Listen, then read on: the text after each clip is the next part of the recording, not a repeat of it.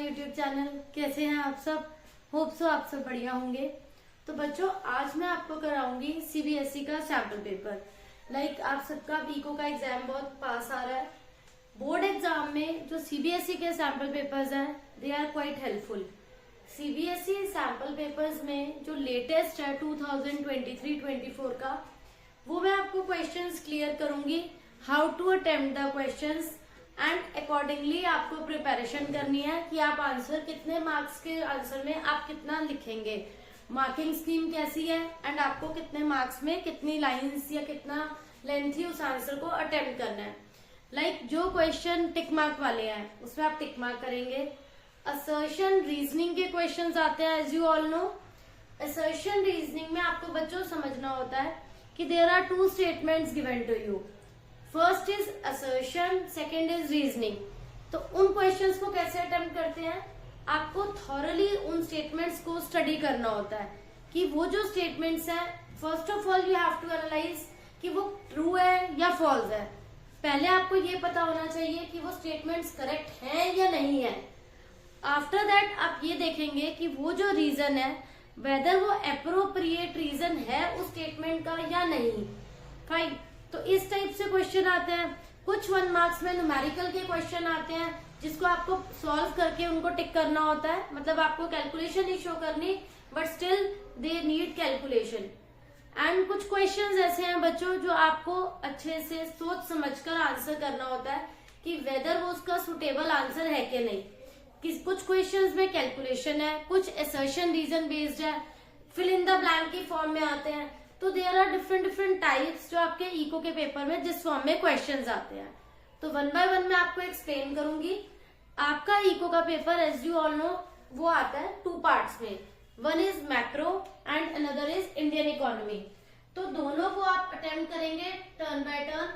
First of all board exam में आप ये डिसाइड करेंगे कि आपको दोनों में से कौन सी बुक पहले अटेम्प्ट करनी है, कौन सा पार्ट। अकॉर्डिंगली आप सीक्वेंस वाइज क्वेश्चन करेंगे। आप कोई भी उनका सीक्वेंस जो है वो आगे पीछे करके उसको आप अलग जो डिसकंटिन्यूएशन नहीं करेंगे, कंटिन्यूएशन फॉर्म में करेंगे। जो क्वेश्चंस आते जाएंगे आप उन्हें अटेम्प्ट करेंगे। तो यहाँ पर मैं आपके इको के पेपर के सिलेबस को बहुत इजीएस्ट वे में एक्सप्लेन करने वाली हूँ कि आपको क्वेश्चन पेपर को कैसे अटेम्प्ट करना है। सीबीएसई सैम्पल पेपर जो 2023-24 है, इसके बच्चों क्वेश्चंस की पीडीएफ में अटैच करूंगी। मैं आपको बताती हूँ यहाँ आपको जो फर्स्ट क्वेश्चन गिवन है, पहले हम मैक्रो वाला पार्ट अटेम्प्ट कर रहे हैं। सीबीएसई सैम्पल पेपर इको का। अब आपका इको के एग्जाम में बहुत कम डेज है, आप उसके पूरे सिलेबस की प्रैक्टिस कर रहे हैं। इसके बेसिस पर आप ये आइडेंटिफाई कर पाएंगे आपकी कितनी प्रिपरेशन है। तो यहाँ पर आपका बच्चों जो फर्स्ट क्वेश्चन है वो असर्शन रीजन बेस्ड है। तो यहाँ आपको इसको अच्छे से समझने की नीड है। फर्स्ट स्टेटमेंट है कंजप्शन फंक्शंस एज्यूम्स दैट। क्या एज्यूम करता है कि consumption changes at constant rate as income changes. कि कंजप्शन जो है वो कैसे चेंज होता है एक कांस्टेंट रेट पर। Consumption rate changes at a constant rate as income changes. Constant rate पर चेंज होता है एज इनकम चेंजेस। आपकी इनकम चेंज होती है बच्चों जब भी। इट्स वेरी मच नेचुरल कि आपका कंजप्शन भी क्या होता है, चेंज होता है। बट ये जरूरी नहीं होता कभी भी कि आपका जो कंजप्शन है वो कांस्टेंट रेट पे चेंज हो। Sometimes it may be more, sometimes it may be less. तो यहाँ पर आपकी जो फर्स्ट स्टेटमेंट आ रही है कि इनकम के चेंज होने से कंजप्शन रेट कांस्टेंट रेट पे चेंज होगा, ये फॉल्स स्टेटमेंट है। देन सेकेंड स्टेटमेंट इज, ये आपके बच्चों स्टेटमेंट 1 दे रखी है। स्टेटमेंट 2 इज ऑटोनोमस कंजप्शन क्या होता है। ऑटोनोमस कंजप्शन मैंने आप सबको बताया ऑटोनोमस कंजप्शन क्या होता है। It is the ratio of total consumption to total income. यहाँ पर हम रेशियो लेते हैं आपकी टोटल कंजप्शन अपॉन में total income. Fine. So this statement is very much true. First statement is false and second is true. Now you are having 4 options. Statement 1 is true and 2 is false. Statement 1 is false, 2 is true. Both statements 1 and 2 are true. And both statements 1 and 2 are false. यहाँ पर आपकी बच्चों first option correct है कि consumption rate जो है income change के according constant rate पे चेंज होता है, that is false and second is correct. तो जो ऑप्शन आपका ये है statement 1 is false and 2 is true, ये आपका बच्चों इसका करेक्ट आंसर होगा। तो आपको स्टेटमेंट को अच्छे से सुनना है, आइडेंटिफाई करना है, ओनली इन दैट केस आप करेक्ट आंसर को आइडेंटिफाई कर पाएंगे। नेक्स्ट है फॉर अ क्लोज्ड इकोनॉमी। बच्चों अभी क्लोज्ड इकोनॉमी वर्ड क्या है आपको ये ध्यान रखना है, वहां क्या वर्ड्स यूज हो रहे हैं। क्लोज्ड इकोनॉमी मीन्स आपकी ऐसी इकोनॉमी जहां पर आपका एक्सटर्नली बाहर की कंट्री से कोई भी लेन देन नहीं है, कोई फॉरेन ट्रेड नहीं हो रहा है, यहाँ पर आप इंडिया में ही ट्रेड कर रहे हैं, कोई आपका एक्सपोर्ट इंपोर्ट नहीं है। तो कौन सी स्टेटमेंट करेक्ट है? आपका जो डोमेस्टिक प्रोडक्शन है, नेशनल प्रोडक्शन है, वो इक्वल होगा, या आपका डोमेस्टिक प्रोडक्शन जो है वो ज्यादा होगा, या वेदर नेशनल प्रोडक्शन ज्यादा होगा in comparison to domestic production, और जीडीपी प्लस जीएनपी आपका 0 होगा। तो यहाँ पर बच्चों जब हम बाहर एक्सटर्नली ट्रेड नहीं कर रहे, इन दैट केस हमारा domestic and national both are equal. So this is the correct answer. Third one is the value of dash can be greater than 1. किसकी वैल्यू 1 से डैश वैल्यू, ऐसी वो कौन सी value है जो 1 से ग्रेटर हो सकती है? Dash value can be greater than 1।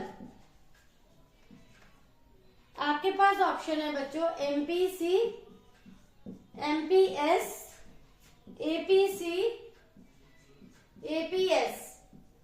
इनमें से आपको आइडेंटिफाई करना है कौन सी वैल्यू जो है 1 से ज्यादा जा सकती है। एज यू ऑल नो बच्चों एपीसी एंड एपीएस का जो टोटल है मैंने आपको बताया था it will be 1। Consumption plus saving is equal to 1 होता है। आप 1 से ज्यादा सेविंग नहीं कर सकते, बट 1 से ज्यादा आप कंजप्शन कर सकते हैं। जैसे मैंने बताया था हम बोरोइंग्स कर लेते हैं, हम फ्रेंड से, रिलेटिव से, किसी से भी। Consumption can be greater than 1। MPC क्यों नहीं 1 से ज्यादा हो सकता? एमपीसी जो है उसकी एक लिमिट है, वो कहां से आपने आइडेंटिफाई करा है? Change in consumption upon change in income. And MPS again it can never be greater than 1। We have only one option, जो एपीसी की वैल्यू है it can be greater than 1। तो बच्चों correct answer is APC. Then next question is as per RBI report, आपको एक statement mention है बच्चों, net external commercial borrowings to India. हमने क्या करी है? बोरोइंग्स करी है इंडिया में। Recorded N outflow of US dollar 0.4 billion in the second quarter. अब आउटफ्लो हो रहा है यहाँ पर, outflow of US dollar 0.4 billion का जो है वो आउटफ्लो हो रहा है। अब बच्चों आपको इस बात को समझना है, नेट एक्सटर्नल, नेट जो बचा external commercial borrowings to India, अगर इंडिया में हमने बोरोइंग्स करी है उससे आउटफ्लो हुआ है यूएस डॉलर का 0.4 बिलियन का। अब ये जो ट्रांजैक्शन है इसको आपने आइडेंटिफाई करना है, ये कौन से अकाउंट में आएगी? करंट अकाउंट का पार्ट है या फिर ये कैपिटल अकाउंट का पार्ट है? करंट अकाउंट का पार्ट है या कैपिटल अकाउंट का पार्ट है? और इसको आप डेबिट कहेंगे या क्रेडिट कहेंगे, ये हमें कैसे पता चलेगा? जब भी बच्चों यहाँ पर एक वर्ड आ गया इनफ्लो और आउटफ्लो से आप आइडेंटिफाई कर सकते हैं। यहाँ पर आपका है outflow of US dollar 0.4 billion. तो आउटफ्लो में जो ट्रांजैक्शन है ये बोरिंग्स वाली, it will be treated as capital account transaction है फर्स्ट ऑफ ऑल। देन वो क्रेडिट क्यों नहीं है? क्योंकि यहाँ पर क्या हो रहा है, आपने बोरोइंग्स करी है, ठीक है, आपने जो बोरोइंग्स करी है इंडिया में उससे आउटफ्लो हुआ है यूएस डॉलर का, तो it will be recorded on the debit side of BOP. ये बीओपी की डेबिट साइड है। अगर हमें रिसीव होते हैं डिपॉजिट्स तो वो क्रेडिट में आते हैं। यहाँ पर क्या है, आउटफ्लो है, जिसकी वजह से ये क्या है, बीओपी की डेबिट साइड में आएगा and it is treated as capital transaction. तो बच्चों ये सब मीनिंग आपको क्लियर होने चाहिए कि अगर यहाँ पर लिखा है आउटफ्लो है तो वो कैपिटल ट्रांजैक्शन है, बोरोइंग्स करी है, एंड ये बीओपी का डेबिट का पार्ट है because it is treated as an outflow of US dollar. Fine. इसके बाद बच्चों हमारा नेक्स्ट क्वेश्चन आता है, the value of all goods and services can be expressed in monetary units on the basis of the given statement, identify the function performed by money. आप goods और services को units के terms में express कर सकते हैं monetary units में। You have options of medium of exchange, store of value, unit of account, means of standard of deferred payment. तो जब हम किसी भी गुड्स को मॉनेटरी यूनिट्स में मॉनेटरी टर्म्स में मेजर कर सकते हैं, it can be treated as a unit of account. तो आपके फिफ्थ क्वेश्चन का जो आंसर है it will be unit of account, क्योंकि आप मॉनेटरी टर्म्स में उसको मेजर कर पा रहे हैं। फाइन, नेक्स्ट आता है बच्चों आपका aggregate demand function can be obtained. आप एग्रीगेट डिमांड कैसे करते हैं? By vertically adding the dash and dash function. Like मैंने आपको बताया था, aggregate demand is the function of demand. हमेशा किसका फंक्शन होता है? कंजप्शन का एंड इन्वेस्टमेंट का। तो यहाँ पर हमारा आंसर क्या होगा? आप कंजप्शन एंड इन्वेस्टमेंट को टोटल करेंगे, we get the aggregate demand function. तो ये क्वेश्चन हो गया बच्चों यहाँ पर कंप्लीट। आप ऑप्शन चूज करेंगे इसका, consumption and investment. You are having different options also, consumption saving, investment saving, but the correct answer is consumption and investment. उसके बाद बच्चों नेक्स्ट क्वेश्चन आता है, क्वेश्चन नंबर 7, जो मैं आपको एक्सप्लेन करूंगी। इसमें बच्चों आपको एक क्या दे रखी है, टेबल दे रखी है कि बैंक में लोग डिपॉजिट्स जो करते हैं, बैंक उसका एक फिक्स परसेंटेज जो है वो क्या करता है, रिजर्व रेशियो में डालता है, एंड बाकी जो है एज अ लोन ट्रीट किया जाता है। तो इसको हम कैसे फिलअप करेंगे? Let's see, you have given a table, here is round 1, then यहाँ आपका एक डिपॉजिट्स का कॉलम है, देन उसमें से एक लोन का पार्ट है, देन रिजर्व रेशियो का पार्ट है। One part is loan, one part is reserve ratio. First of all we get the 1000 as deposits. Loan का जो परसेंटेज फिक्स है वो 80% है, तो it will be 800। Reserve ratio is your 20%, 200 आपका separate रहता है। नाउ अब 800 आपके यहाँ डिपॉजिट्स हो जाएंगे, उसका 20% जो है 20% आप उसका 1/5 अलग कर दीजिए, 160, 640 आप क्या दे सकते हैं बच्चों? लोन दे सकते हैं। नेक्स्ट आपका अगेन यहाँ आ जाएगा बच्चों 640 का 20% 1/5 निकालेंगे हम, 128 आपका रिजर्व में आ जाएगा बच्चों। अगेन 640 में से 128 को आप सब्ट्रैक्ट करेंगे, it will B 512। One more option जो आपको यहाँ फिल करना है, 512 आपका यहाँ पर आ गया। ये आप कब तक कंटिन्यू करेंगे?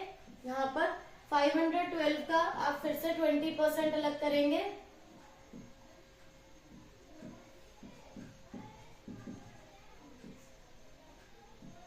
.6 आ जाएगा, 409.6। तो इस टाइप से इन्होंने कहा है, आपको ऑप्शंस दिए हैं, ये ऐसे कब तक चलेगा? यहाँ पर हम ये तब तक उतने राउंड्स में आएगा जब तक कि आपका यहाँ पर जो है वो टोटल टैली नहीं हो जाता। टैली होकर आपका ये आंसर जो प्रॉपर आंसर है ये कितना होगा, यहाँ पर जो आपका ये आंसर मैच करेगा, कब तक चलेगा आपका ये ऐसे? तो ये आएगा आपका बच्चों यहाँ पर आंसर कि जब हमारा यहाँ पर टोटल आंसर जो है 1000 हो जाएगा। 1000 कैसे हो जाएगा? लाइक जब हमारे रिजर्व का टोटल स्टार्टिंग के जो डिपॉजिट्स हैं यहाँ पर वो बन जाता है, हम इसे यहाँ पर स्टॉप कर देते हैं एंड ये 1000 हो जाएगा। तो ये कितने राउंड्स में ये चीज हमारी यहाँ पर कवर अप हो रही है, हमें इससे पता चलता है। लाइक अगर मैं इसका टोटल करती जाऊं, जो इनिशियल डिपॉजिट्स होते हैं वो हमारे यहाँ पर टोटल बनने चाहिए। तो यहाँ पर जब हमारा 1000 का आपका 20% जो था 1/5 200 था, उसको आप अलग करते गए एंड आप लोन देते गए। तो इस टाइप से जो है ये वैल्यूज आपकी कंटिन्यू होती रहेंगी। यहाँ पर ये मिसिंग वैल्यूज के आंसर जो दे रखे हैं, यहाँ 640 है आपका लाइक एक आंसर, देन आपका नेक्स्ट आंसर यहाँ पर ये टोटल एक राउंड और आएगा, देन ये 5000 हो जाएगा एंड ये 4000 हो जाएगा। ये किस टाइप से पता चलता है बच्चों? ये ऐसे पता चलता है स्टार्टिंग डिपॉजिट जब हमारे यहाँ पर कंप्लीट हो जाए, लाइक अगर मैं इसको एक राउंड और अगर पूरा करूं, 409 है यहाँ पर, या 410 लेके भी इसे कर सकते हैं राउंड फिगर्स में। 20% इज 1/5, 5 8 द 40, तो ये हो जाएगा आपका 80.2। तो यहाँ आपका रिमेनिंग आएगा। तो इस टाइप से आपका ये टोटल टैली हो जाएगा बच्चों।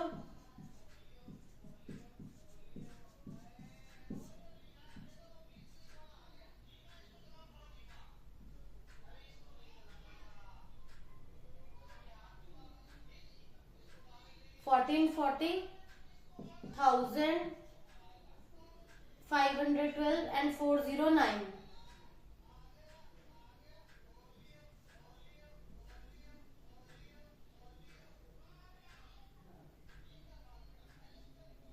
$360, 128, 102।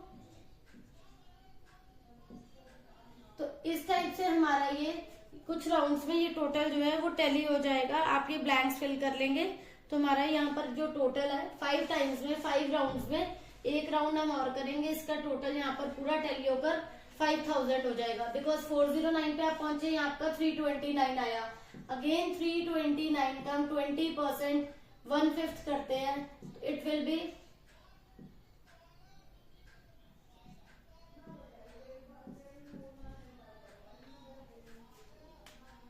65 ये आया। अब आप यहाँ 329 और लोन दे सकते हैं।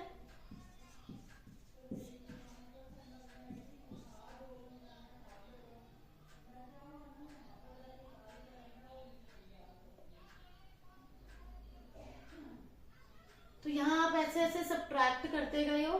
640 में से ये सब्ट्रैक्ट करा, देन आपके यहाँ पर 102 आया, आपने अगेन सब्ट्रैक्ट करा, देन आपने यहाँ 80 सब्ट्रैक्ट करा। इस टाइप से हम सब्ट्रैक्ट करते जाएंगे और हमारा ये टोटल टैली होता जाएगा। तो बच्चों यहाँ हमारे जो करेक्ट आंसर्स हैं, इसका टोटल ये तब तक हम कंटिन्यू करेंगे 7 राउंड्स 8 राउंड्स में, जब तक कि ये हमारे 5 राउंड्स होंगे। यहाँ पर 1000 आपके डिपॉजिट से 5 राउंड में हमारा यहाँ पर अमाउंट टोटल 5000 बनता है, एंड सेम डिपॉजिट से आपके रिजर्व रेशियो का टोटल बन जाएगा। नेक्स्ट है बच्चों ग्राफिकली एग्रीगेट डिमांड, ये मैंने आपको बता दिया। देन है identify the correct reason that may affect the demand for foreign exchange in an economy. एक हमारी कंट्री में फॉरेन एक्सचेंज की डिमांड इंक्रीज कब होगी? डिमांड फॉर फॉरेन एक्सचेंज जो है वो अफेक्ट कब होती है? विजिबल आइटम्स के अगर आप इंपोर्ट करते हैं, इंपोर्ट करा हमने विजिबल आइटम्स को, मंगाया बाहर से, उस केस में, या एक्सपोर्ट्स करते हैं उस केस में। एक्सपोर्ट के केस में तो कोई इफेक्ट नहीं पड़ेगा। Remittances by residents working abroad, उससे हमें कोई इफेक्ट नहीं पड़ेगा अगर आप यहाँ पे रेमिटेंस दे रहे हैं, वर्किंग अब्रॉड है। Purchase of assets abroad, assets को परचेज करते हैं अगर आप अब्रॉड, उससे हमें फॉरेन एक्सचेंज की डिमांड पर इफेक्ट पड़ता है। फाइन। नेक्स्ट है आपका बच्चों एक न्यूमेरिकल आपको गिवन है। देखो यहां पर आपको मेंशन है, कुछ फिगर्स गिवन है बच्चों आपको।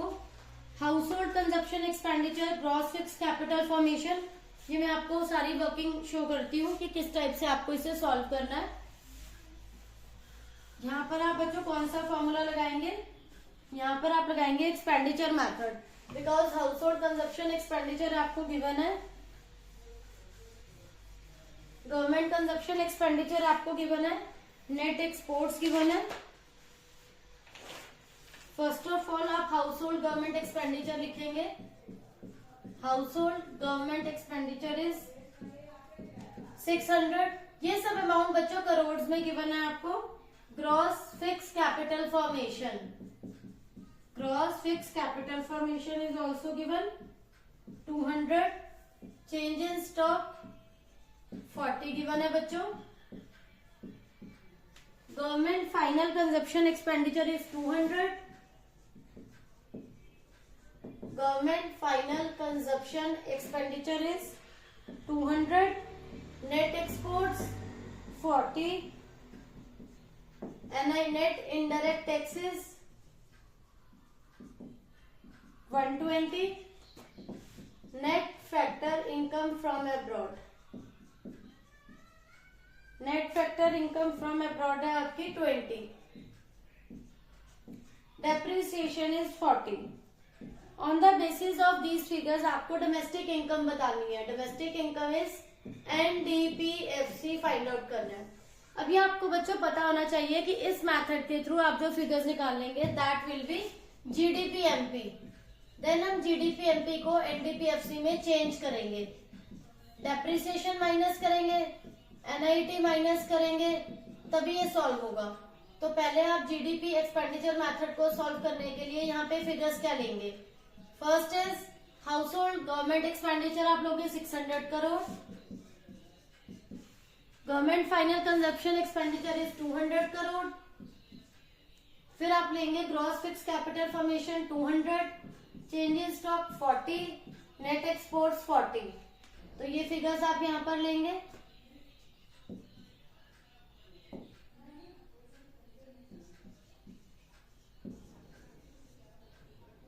देन आप डेप्रिसिएशन माइनस करोगे, डेप्रिसिएशन आपका है 40 क्योंकि आपको डोमेस्टिक इनकम पे आना है, and then net indirect taxes 120। तो 1080 में से जब हम ये सब लेस करेंगे 160 तो आपका यहाँ पर आएगा 920 करोड़ आंसर। तो बच्चों जब तक आपको फॉर्मूलेज नहीं लर्न है, किसी भी एक्स मेथड के कंपोनेंट्स नहीं लर्न होंगे, आप इसे सॉल्व नहीं कर पाएंगे। इसके लिए आपको अच्छे से फॉर्मूलेज लर्न होना बहुत जरूरी है। तो बच्चों फॉर्मूलेज आपको अच्छे से आने चाहिए, फॉर्मूलेज के बेसिस पर ही आप क्वेश्चन अटेम्प्ट कर सकते हैं। तो यहाँ पर आपको डिफरेंट डिफरेंट फिगर्स दे रखी हैं जिसे यूज करके मैंने इस न्यूमेरिकल को सॉल्व करा है। तो ये आपका आ गया बच्चों करेक्ट आंसर। फाइन, इसके बाद आपका नेक्स्ट क्वेश्चन आता है question number 11, current account deficit in an economy. Economy में अगर आपका करेंट अकाउंट डेफिशिएट आया है तो उसको आप फाइनेंस करेंगे कैपिटल अकाउंट सरप्लस पे। करेंट अकाउंट मींस डेली की ट्रांजैक्शंस है, उसमें आपका डेफिशिएट आ रहा है, expenditure is more than income, it will be compensated by capital account surplus. ये इससे कंपनसेट होगा। Do you agree? ये 3 मार्क्स में बच्चों आपको क्वेश्चन अटेम्प्ट करना है कि आप अपने इस डेफिशिएट को सरप्लस से कंपनसेट कर सकते हैं या नहीं कर सकते। अब आपको इसको विद रीजन एक्सप्लेन करना है। यस, द गिवन स्टेटमेंट आप इसे कर सकते हैं बिकॉज अकाउंटिंग सेंस में current account plus capital account is equal to 0। अगर एक इकोनॉमी सिचुएशन फेस कर रही है, डेफिशिएट आ रहा है, तो वो करंट अकाउंट सरप्लस से ही सेट ऑफ होगा। जैसे आप अपने असेट्स को बेच सकते हैं या कहीं बाहर से आप बोरोइंग्स कर सकते हैं, क्योंकि इन दोनों की बैलेंसिंग हो सकती है।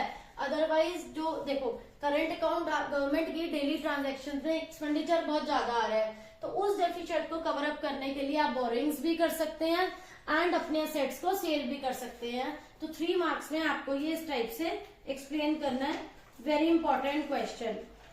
देन बच्चों इसमें एक नेक्स्ट क्वेश्चन है आपके पास,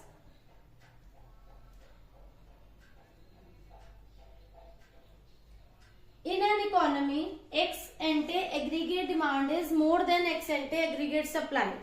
एग्रीगेट डिमांड जो है वो एग्रीगेट सप्लाई से ज्यादा है। Elaborate the possible impact of the same. इसका आपके आउटपुट पे, इनकम पे और एम्प्लॉयमेंट पे क्या इफेक्ट आएगा। इसका हमारे आउटपुट पे, इनकम पे एंड एम्प्लॉयमेंट पे क्या इफेक्ट आएगा। तो इसका हमारे इनकम आउटपुट पे क्या इफेक्ट आएगा मैं आपको एक्सप्लेन करती हूँ बच्चों। अगर आपकी एग्रीगेट डिमांड जो है वो एग्रीगेट सप्लाई के कंपैरेटिवली ज्यादा है, इसका मतलब डिमांड जब ज्यादा है तो आप फर्म को यहाँ पे क्या लग रहा है, कंज्यूमर्स डिमांड ज्यादा कर रहे हैं, अकॉर्डिंगली उनको प्रोडक्शन क्या करना चाहिए, इंक्रीज कर देना चाहिए। जिससे कि क्या होगा, जो भी स्टॉक वेस्ट पड़ा है फर्म उसे क्या करेगी, यूटिलाइज करेगी। तो उस स्टॉक को जब यूटिलाइज करा जाएगा, प्रोडक्शन क्या हो जाएगा, इंक्रीज हो जाएगा, आउटपुट बढ़ेगा, एम्प्लॉयमेंट बढ़ेगी, इकोनॉमी में इनकम इंक्रीज होगी। तो जब डिमांड मोर देन सप्लाई होती है उसका तीनों बातों पे इफेक्ट कैसा आएगा, वन बाय वन मैं आपको बताती हूँ। जो अनवेस्ट अनयूटिलाइज स्टॉक पड़ा है वो इंक्रीज होगा, प्रोडक्शन इंक्रीज होगा। अनयूटिलाइज जो स्टॉक है, इन्वेंट्री है, वो यूज होगी, प्रोडक्शन क्या हो जाएगा, इंक्रीज हो जाएगा। देखो, stock increase, production increase, ultimately employment increase, income increase. तो यहाँ पर सब पर इफेक्ट क्या आएगा, सब कुछ क्या होगा, इंक्रीज होगा। फाइन। तो बच्चों इसको आपने इंडिविजुअली सबके थ्रू बताना है इस सब पे कैसा इफेक्ट आया।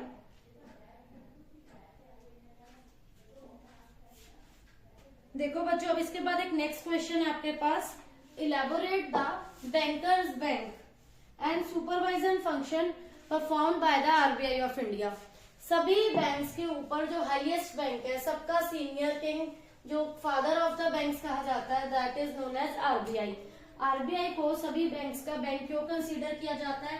आरबीआई सबकी प्रॉब्लम सुनता है, आरबीआई सबकी क्रेडिट रिलेटेड प्रॉब्लम्स को सॉल्व करता है। सेंट्रल बैंक जो है सभी कमर्शियल बैंक्स के डिपॉजिट को एक्सेप्ट करता है एंड ऑल्सो उनको जो है जब भी लोन की जरूरत होती है वो प्रोवाइड करता है।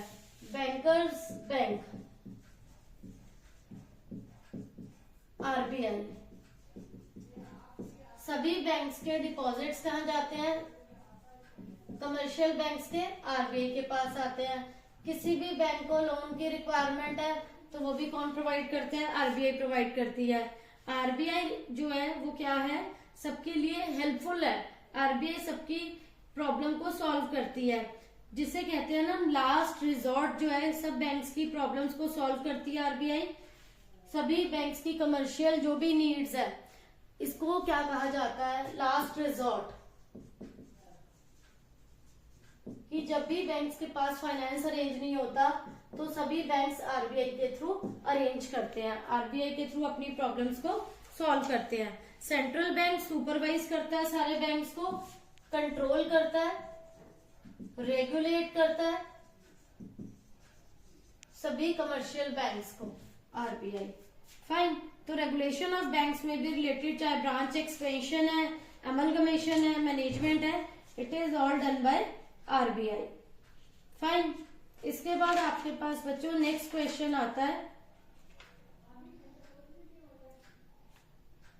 State any two features of public goods. Public goods क्या होते हैं बच्चों? पब्लिक गुड्स कौन से होंगे, किसी को ये बात पता है? पब्लिक गुड्स वो गुड्स होते हैं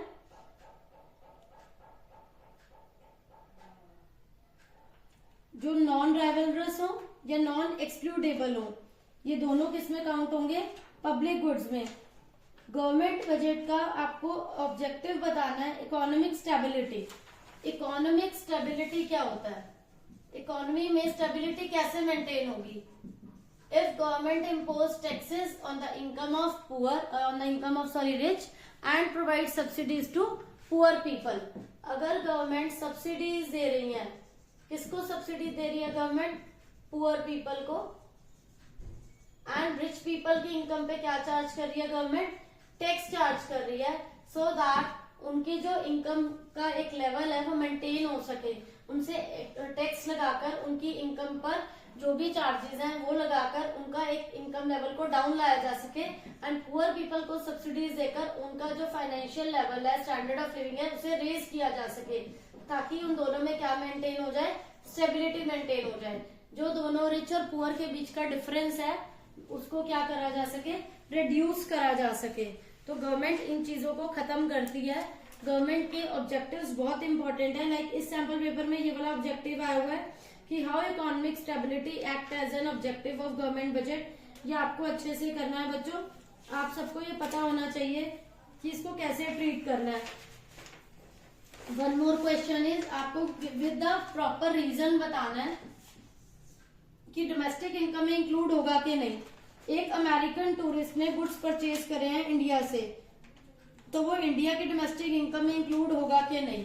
बिल्कुल होगा, क्योंकि एक अमेरिकन टूरिस्ट ने यहाँ पर कुछ भी सामान खरीदा है, it will be a part of domestic income. क्योंकि जो एक्सपोर्टर है, जो सेलर है, वो कहाँ से बिलोंग करता है? वो इंडिया में बिलोंग करता है, तो वो इंडिया में इंक्लूड होगा, इंडिया की डोमेस्टिक इनकम का पार्ट कंसीडर होगा। Tomatoes grown by miss Pooja in her kitchen garden. Pooja ने जो भी किचन गार्डन में टमाटोज ग्रोन अप करे हैं वो अपने पर्सनल पर्पस के लिए करे हैं, वो कमर्शियल पर्पस सेल के लिए नहीं करे, तो वो नेशनल इनकम का पार्ट नहीं होगा, वो डोमेस्टिक पार्ट में इंक्लूड नहीं होगा, बिकॉज वो अपने पर्सनल यूज के लिए करे हैं। अगर वो सेल पर्पस से करे होते then it will be considered as a part of domestic income. तो tomatoes grown by miss Pooja जो है वो इसका पार्ट नहीं होगा। देन नेक्स्ट है machinery purchase by a firm. Machine purchase by firm, उन्होंने क्वेश्चन करा is always a capital good, कि अगर कोई फर्म मशीन परचेज कर रही है इट विल बी ऑलवेज वो कैपिटल गुड होगा। बच्चों वैसे कैपिटल गुड क्या होता है? Capital good is a good which helps in the production of other goods. एक मशीनरी जिसकी हेल्प से हम दूसरे गुड्स का प्रोडक्शन कर रहे हैं, ये होते हैं कैपिटल गुड्स। अगर फर्म ने वो मशीनरी परचेज करी है दूसरे गुड्स के प्रोडक्शन के लिए, तब तो वो क्या है, देखो फाइनल गुड है। लेकिन वो इंटरमीडिएट गुड कब होगा? जब वो मशीन ने रीसेल पर्पस से खरीदी है। अगर कोई फर्म किसी मशीन को रीसेल पर्पस से खरीद रही है then it will be considered as an intermediate good. फिर वो फाइनल गुड नहीं है, वो क्या कंसीडर होती है? इंटरमीडिएट गुड, बिकॉज आप उसको क्या कर रहे हैं? फर्दर सेल पर्पस से ले रहे हैं। बट अगर हम उस मशीनरी को फाइनल कंजप्शन के लिए यूज कर रहे हैं, फर्दर सेल के लिए नहीं ले रहे, देन उस केस में वो क्या कंसीडर होगी? फाइनल गुड, कैपिटल गुड, क्योंकि आप उसे फर्दर सेल नहीं कर रहे, उसे अदर गुड्स की प्रोडक्शन में यूज कर रहे हैं। तो यहाँ पर बच्चों हमारे मैक्रो इकोनॉमिक्स के ये क्वेश्चंस कंप्लीट होते हैं। मैंने आपको ये डिफरेंट क्वेश्चंस करवाए, फिल इन द ब्लैंक की फॉर्म वाले भी, असर्शन रीजन वाले भी एंड लेंथी क्वेश्चंस भी। तो यहाँ पर हमारा मैक्रो का पार्ट कंप्लीट होता है। इसके बाद हम करेंगे इंडियन इकोनॉमी वाला पार्ट, कि हम उसे किस टाइप से अटेम्प्ट करते हैं। यहाँ हमारा मैक्रो पार्ट कंप्लीट हो गया। तो बच्चों अब हम करेंगे इसके बाद इंडियन इकोनॉमिक डेवलपमेंट वाला पार्ट। मतलब पहले वाला पार्ट हमारा कंप्लीट हो गया, उसमें 17 क्वेश्चंस थे। तो अब मैं आपको एक्सप्लेन करूंगी सैंपल पेपर के इंडियन इकोनॉमी के क्वेश्चन। यहाँ पर बच्चों आपको कुछ पॉइंट्स दे रखे हैं एंड आपको उन्हें प्रॉपर सीक्वेंस में अरेंज करना है कि goals of Indian 5 year plans क्या थे। तो ये आपको जिस स्टूडेंट ने लर्न कर किए होंगे वही ओनली बच्चा ये बता सकता है कि goals of Indian 5 year plan क्या थे। मैक्रो की जगह अब हम कर रहे हैं इंडियन इकोनॉमी वाला पार्ट। तो इसमें भी पहले ऐसे कुछ क्वेश्चन है जो आपको सीक्वेंस में अरेंज करने हैं, कुछ फिल इन द ब्लैंक्स है, वन बाय वन मैं आपको एक्सप्लेन करूंगी। तो इसमें बच्चों फर्स्ट आएगा ग्रोथ। फर्स्ट पॉइंट है growth, then is equality, modernisation, self reliance. आपको डिफरेंट पॉइंट्स दे रखे हैं, तो आपको इनको एक प्रॉपर सीक्वेंस में अरेंज करना है। तो आपका इसमें सीक्वेंस जो बिल्कुल करेक्ट है वो है फर्स्ट वाला। फर्स्ट जो इनका वो था 5 ईयर प्लान का goal, that was growth, then it was equality, then modernisation and then self reliance. Fine. इसके बाद बच्चों नेक्स्ट क्वेश्चन है, China has performed exceedingly well in various health and economic indicators में चाइना ने बहुत अच्छा perform करा है। तो वो अब आपको बोल रहे हैं आइडेंटिफाई करो इसमें से कौन सा जो है वो हेल्थ इंडिकेटर नहीं है। आपको ये पता होना चाहिए इसमें से कौन सा हेल्थ इंडिकेटर नहीं है, ये सब पॉइंट्स को स्टडी करके। इन्फेंट मोर्टेलिटी रेट है जैसे कि फर्स्ट, तो ये हेल्थ इंडिकेटर है या नहीं है? एग्जैक्टली ये हेल्थ इंडिकेटर है, इन्फेंट मोर्टेलिटी रेट। इन्फेंट होता है बेबी का, मोर्टेलिटी रेट डेथ रेट, कि जब बच्चों न्यूली बॉर्न बेबीज जो है उनकी जो डेथ होती है, that is infant mortality rate, health से रिलेटेड है। Then is the life expectancy at birth, कि बर्थ के टाइम आप एक लाइफ एक्सपेक्टेशन रखते हो कि वो उस जो न्यूली बॉर्न बेबी है या किसी और पर्सन की लाइफ एक्सपेक्टेंसी कितनी होगी। This data, this term is also related with health. Then is the percentage of people below poverty line, कितने लोग पॉवर्टी लाइन के बिलो हैं, which is very very unrelated with health issue. इसका health के matter से कुछ भी लेना देना नहीं है। And one is maternal mortality rate, कि जो मदर्स बच्चों को, न्यूली बॉर्न बेबी को जो बर्थ देती हैं उनका भी क्या रेट रहता है। ये टर्म भी हेल्थ से रिलेटेड है, इन्फेंट भी एंड लाइफ एक्सपेक्टेंसी भी। Only the percentage of people below poverty line वो हेल्थ से रिलेटेड नहीं है, तो वो एक सेपरेट टर्म हो जाएगी। देन इज द आपका जो नेक्स्ट आ रहा है, shackles of agriculture during the colonial rule were permanently broken by green revolution। Agriculture में बच्चों जो भी प्रॉब्लम्स आ रही थी, ग्रीन रेवोल्यूशन ने उन सब प्रॉब्लम्स को खत्म कर दिया। फ्रॉम द एप्लीकेशन ऑफ, आपके पास ऑप्शन है, high yield variety seeds use करे गए थे बच्चों। देन एग्रीकल्चर का मैकेनाइजेशन भी हुआ था, एग्रीकल्चर का मैकेनाइजेशन, मॉडर्न टूल्स यूज हुए थे, इम्प्लीमेंट्स यूज हुए थे, अच्छे सीड्स, अच्छी मैन्योर फर्टिलाइजर यूज करा था। Then is the chemical fertiliser and pesticides. तो ये आपको ऑप्शन दे रखे हैं एंड आपको ये बताना है इसमें से करेक्ट ऑप्शन कौन सा है। एंड देन इज द एक उन्होंने लिया chemical fertilisers and pesticides. And one is the organic farming. Green revolution में बच्चों ऑर्गेनिक फार्मिंग वाला पॉइंट नहीं इंक्लूड था, उस टाइम पर कुछ भी ऑर्गेनिक जैसा नहीं था, ये पॉइंट इंक्लूड नहीं होगा। You are having 3 alternatives, 1, 2 and 4, then 2, 3 and 4, then 1, 2 and 3, 1, 3 and 4। तो जो करेक्ट ऑप्शन होगा, आप हाई यील्ड वेराइटी भी उस टाइम पे यूज कर रहे थे, आप एग्रीकल्चर का मैकेनाइजेशन भी हुआ था, केमिकल फर्टिलाइजर्स भी यूज हो रहे थे। तो इसके लिए जो करेक्ट सुटेबल होगा वो फर्स्ट 3 पॉइंट्स होंगे बच्चों, ऑर्गेनिक फार्मिंग इसका पार्ट नहीं होगा। ठीक है बच्चों। Then is the next question आता है, असर्शन रीजन बेस्ड है। आपको ये बहुत अच्छे से समझना है बच्चों, लाइक मैंने आपको बताया था, इसमें आपको स्टेटमेंट को बहुत अच्छे से थॉरली समझना होता है, पढ़ना होता है। यहाँ पर आपको गिवन है एक स्टेटमेंट 1991 में, an immediate measure to resolve BOP crisis. BOP crisis हुआ था, बीओपी क्राइसिस मतलब बीओपी आपका डेफिशिएट हुआ था, उसको बैलेंस करने के लिए the rupee was devalued against foreign currency. Foreign currency के सामने जो इंडियन रूपी की वैल्यू है वो डाउन हो गई थी। इसका एक रीजन आपको गिवन है, devaluation of currency was prominent to replenish the deteriorated foreign exchange reserves। इसका मतलब ये है कि जो भी करेंसी की डिवेल्युएशन हुई थी वो फॉरेन एक्सचेंज रिजर्व्स, यहाँ पर उन्होंने रीजन दिया टू रीप्लेनिश द, जो भी फॉरेन एक्सचेंज रिजर्व्स डाउन गए थे, डिटोरिएट हुआ था, उसको रीप्लेनिश करने के लिए इमीडिएट मेजर जो लिया गया था बीओपी क्राइसिस को सॉल्व करने के लिए, वो ये था कि रुपी की जो वैल्यू है वो कम हो गई थी फॉरेन करेंसी के अगेंस्ट। तो ये बिल्कुल इसका करेक्ट रीजन है कि करेंसी की जो डिवेल्युएशन हुई थी वो बहुत जरूरी था, सो दैट हम फॉरेन एक्सचेंज रिजर्व को जो वैल्यू डाउन गई है उनके अगेंस्ट उसको हम रीप्लेनिश कर सके। तो इसमें आएगा आपका, देखो एक है assertion is true, reason is wrong, reason is true, assertion is wrong. तो यहाँ पर आपका जो बच्चों करेक्ट आंसर आएगा वो करेक्ट आंसर ये आएगा, both assertion reason are true, R is the reason is the correct explanation of assertion. तो ये आपको पता होना चाहिए 1 मार्क के क्वेश्चन में कि उसका रीजन है या नहीं। देन है बच्चों नेक्स्ट क्वेश्चन में, dash in China farmers and industrial units were required to buy and sell fixed quantities of inputs and outputs on the basis of prices fixed by government and the rest were purchased and sold at market prices। उन्होंने बोला जो भी quantity inputs की है output की उसे किस rate पे खरीदा बेचा जाएगा, जो प्राइस बच्चों गवर्नमेंट फिक्स करेगी, और जो बाकी सब कुछ है फार्मर इंडस्ट्रियल यूनिट्स के अलावा बाकी सब मार्केट प्राइस पे होगा। तो आपको इसमें से करेक्ट ऑप्शन चूज करना है, whether it is under commune system, commune system में ग्रुप डिवाइड कर दिया था, छोटे छोटे यूनिट्स में फैक्ट्रीज लगाई थी, या फिर ग्रेट लीप फॉरवर्ड, या फिर डुअल प्राइसिंग, या ग्रेट प्रोलिटेरियन कल्चरल रेवोल्यूशन। तो जो ये था कि फार्मर्स इंडस्ट्रीज के प्राइस गवर्नमेंट फिक्स करेगी, बाकी सबके मार्केट प्राइस पे होंगे, this was the dual pricing policy.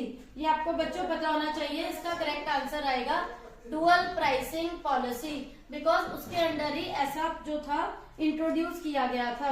Then is the आपका बच्चों जो नेक्स्ट क्वेश्चन है वो ये है, माइक्रो क्रेडिट प्रोग्राम्स ने, जो क्रेडिट प्रोग्राम्स थे फार्मर्स के लिए, एग्रीकल्चरिस्ट के लिए, उन्होंने बहुत इंपॉर्टेंट रोल प्ले करा overall development of rural economy as they, क्योंकि उन्होंने फाइनेंशियल सपोर्ट प्रोवाइड करी थी। आपके पास बच्चों यहाँ पर ऑप्शंस हैं, उन्होंने फाइनेंशियल सपोर्ट प्रोवाइड करी थी, one option is financial support provide करी थी। Then they lead to women empowerment, उन्होंने वुमेन एम्पावरमेंट के लिए काम करा था। या फिर it enhance the reach of formal credit system, या फिर वो जो है इंक्रीज करा उन्होंने किसको, फॉर्मल क्रेडिट सिस्टम की रीच को। तो ये सभी पॉइंट्स करेक्ट है। फाइनेंशियल भी सपोर्ट करा था, वुमेन की एम्पावरमेंट के लिए भी काम करा था, और they increases the reach of formal credit system. इनके थ्रू जो ये क्रेडिट प्रोग्राम स्टार्ट करे गए थे, माइक्रो क्रेडिट प्रोग्राम्स कंट्री की ओवरऑल डेवलपमेंट के लिए, इन्होंने सब पे वर्क करा है। तो करेक्ट आंसर विल बी, ये सभी पॉइंट्स कवर होंगे, ना कि 1 and 2 या 2 and 3, all the points will be covered here. तो आपको बच्चों यहाँ पता होना चाहिए कि किस फंक्शन में क्या पॉइंट आएगा। देन नेक्स्ट पॉइंट आता है, डैश में be defined as the measure of extent of demographic participation. इनमें से कौन सा ऑप्शन ठीक है जो मेजर करता है डेमोग्राफिक मतलब पॉपुलेशन से रिलेटेड पार्टिसिपेशन को social and political decision making में। Choose the correct option. Economic indicator है, या लिबर्टी इंडिकेटर है, हेल्थ इंडिकेटर है, या डेमोग्राफिक इंडिकेटर है। इनमें से कौन सा ऐसा पॉइंट है जो आपको कहता है कि आप डेमोग्राफिक पार्टिसिपेशन की एक्सटेंट को मेजर करिए in the social and political decision making में। तो यहाँ पर आएगा आपका correct answer, it will B liberty indicator, जो ये बताता है आप कोई भी डिसीजन लेंगे तो उसमें इसका इंडिकेशन मिलती है। Liberty indicator will be the correct answer. इसके बाद बच्चों जो नेक्स्ट आता है आपका, वो नेक्स्ट है इसका, अगेन आपको दो स्टेटमेंट्स है। Nature of unemployment problem in India is unifaceted. Unemployment की जो प्रॉब्लम है इंडिया में वो यूनिफेसिटेड सिंगल प्रॉब्लम से रिलेटेड है। Second is worker population ratio is an indicator used for analysing the employment situation in a country. जो worker population ratio है, ये जो हम फॉर्मूला पढ़ते हैं वर्कर पॉपुलेशन रेशियो, ये एक इंडिकेटर है क्या एनालाइज करने का कि एम्प्लॉयमेंट सिचुएशन कंट्री में कैसी है। अब आपको बताना है कौन सी स्टेटमेंट करेक्ट है एंड कौन सी स्टेटमेंट जो है वो रॉन्ग है। तो यहाँ पर हमारी फर्स्ट स्टेटमेंट जो है रॉन्ग है, सेकेंड जो है वो ट्रू है। अनएम्प्लॉयमेंट की प्रॉब्लम यूनिफेसिटेड नहीं है, वो पॉपुलेशन, पॉवर्टी, बहुत सारे फैक्टर्स हैं जो उसको अफेक्ट करते हैं, एंड दूसरी स्टेटमेंट बिल्कुल करेक्ट है। तो ये हमें पता होना चाहिए बच्चों की इसका प्रॉपर आंसर क्या होगा। देन आपका जो नेक्स्ट क्वेश्चन बच्चों, आपको ये पता होना चाहिए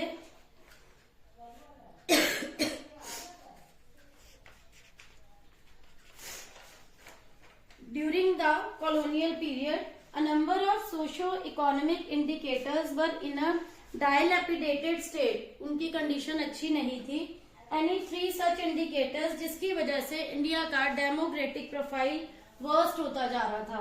आपको ऐसे फैक्टर्स बताने हैं, वो कौन से फैक्टर्स हैं, नेम द फैक्टर्स जिनकी वजह से इंडिया का जो डेमोग्राफिक प्रोफाइल है, इंडिया का जो डेमोग्राफिक प्रोफाइल है, इट वॉज गेटिंग वर्स। तो वो फैक्टर्स क्या आएंगे, क्योंकि ओवरऑल लिटरेसी रेट इंडिया में कैसा था, it was very very less. एक पॉइंट। लाइफ एक्सपेक्टेंसी भी जो है वो क्या थी, लाइफ एक्सपेक्टेंसी भी लो थी, मेडिकल ट्रीटमेंट्स नहीं थे, and overall literacy rate because people were not such a literate, educated नहीं थे, एंड इन्फेंट मोर्टेलिटी रेट, जो न्यूली बॉर्न बेबी होते थे उनका जो डेथ रेट था it was very very low. तो ये कुछ पॉइंट्स हैं ऐसे जिसकी वजह से इंडिया का डेमोग्राफिक जो प्रोफाइल है वो बहुत ज्यादा क्या हो रहा था बच्चों, डाउन हो रहा था, जिसे हमें करेक्ट करने की जरूरत थी। तो ये सब फैक्टर्स हैं जो इंडिया के डेमोग्राफिक प्रोफाइल को इफेक्ट करते हैं। देन यहाँ पर हमारा एक नेक्स्ट क्वेश्चन आता है, Ravya was initially working as an office clerk in a firm. वो एज एन ऑफिस क्लर्क काम कर रही है। In the pursuit to attain a higher position and income, she attended a few on-the-job training sessions। अब यहाँ उसने अपनी position अच्छी करने के लिए कुछ सेशंस लिए हैं, कुछ ऑन द जॉब ट्रेनिंग, जिससे कि उस कंट्रीब्यूशन मिला, उसकी स्किल्स नॉलेज इंप्रूव हुई है। तो इसका क्या इम्पैक्ट आया है आपको ये ह्यूमन कैपिटल फॉर्मेशन पे बताना है। तो बच्चों इट्स वेरी वेरी ऑब्वियस कि जो पर्सन ट्रेनिंग ले रहा है, नॉलेज इंप्रूव हो रही है, उसकी स्किल्स इंप्रूव हो रही है, दैट विल लीड टू, उससे उसका ह्यूमन कैपिटल फॉर्मेशन बेटर होगा, वो कंपनी की इकोनॉमी की ग्रोथ में ज्यादा जो है उसका कंट्रीब्यूशन रहेगा। Training leads to higher skill, knowledge, ज्यादा एक्सपर्टाइज आती है। ह्यूमन कैपिटल फॉर्मेशन क्या होगा, ज्यादा होगा, वो कंट्री की इकोनॉमी की ग्रोथ के लिए पॉजिटिव रिजल्ट्स लेकर आएगी, इकोनॉमी की ग्रोथ होगी, which leads to positive results for an economy. तो बच्चों आपको कंसेप्ट को समझना है कि किस क्वेश्चन में आपको आंसर कैसे अटेम्प्ट करना है। बिना क्वेश्चन को, कंसेप्ट को समझे आप इजीली आंसर अटेम्प्ट नहीं कर सकते, क्योंकि वहां पर क्या होगा, आपने कॉन्सेप्ट क्लियर नहीं हुआ, आप कुछ भी लिखेंगे जिससे कि आपको प्रॉब्लम हो सकती है। तो कॉन्सेप्ट क्लियर होना बहुत जरूरी है।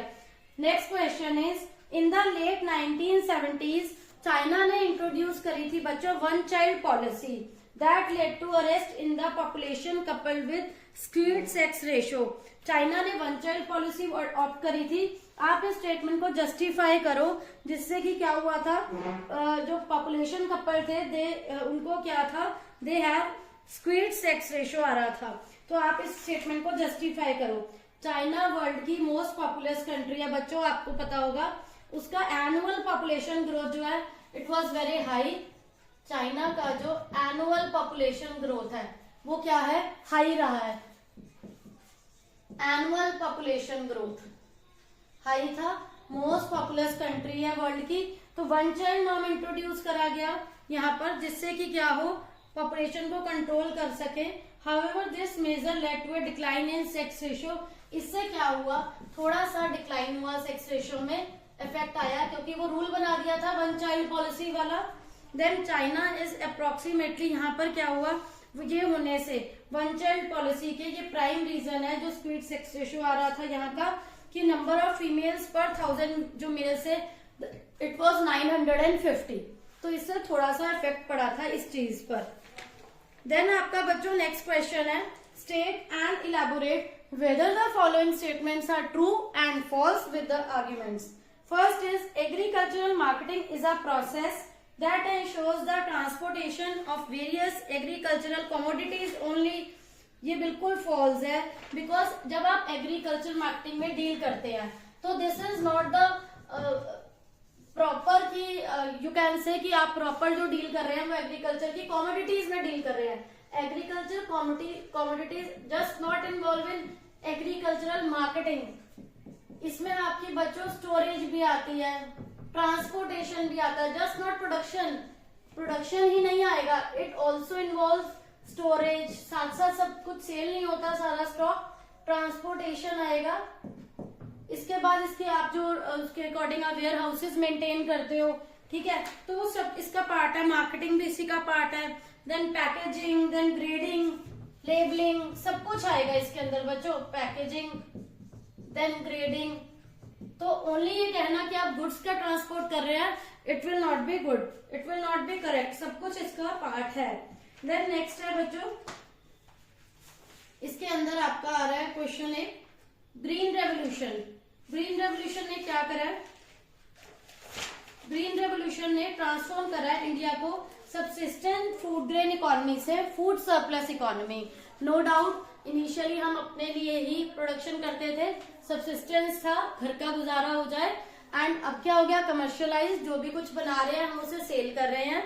तो जस्टिफाई करना है आपको इस स्टेटमेंट को, आप बहुत अच्छे से जस्टिफाई कर सकते हैं। इससे आपका प्रोडक्शन क्या हुआ है, इंक्रीज हुआ है ग्रीन रेवोल्यूशन के आने से।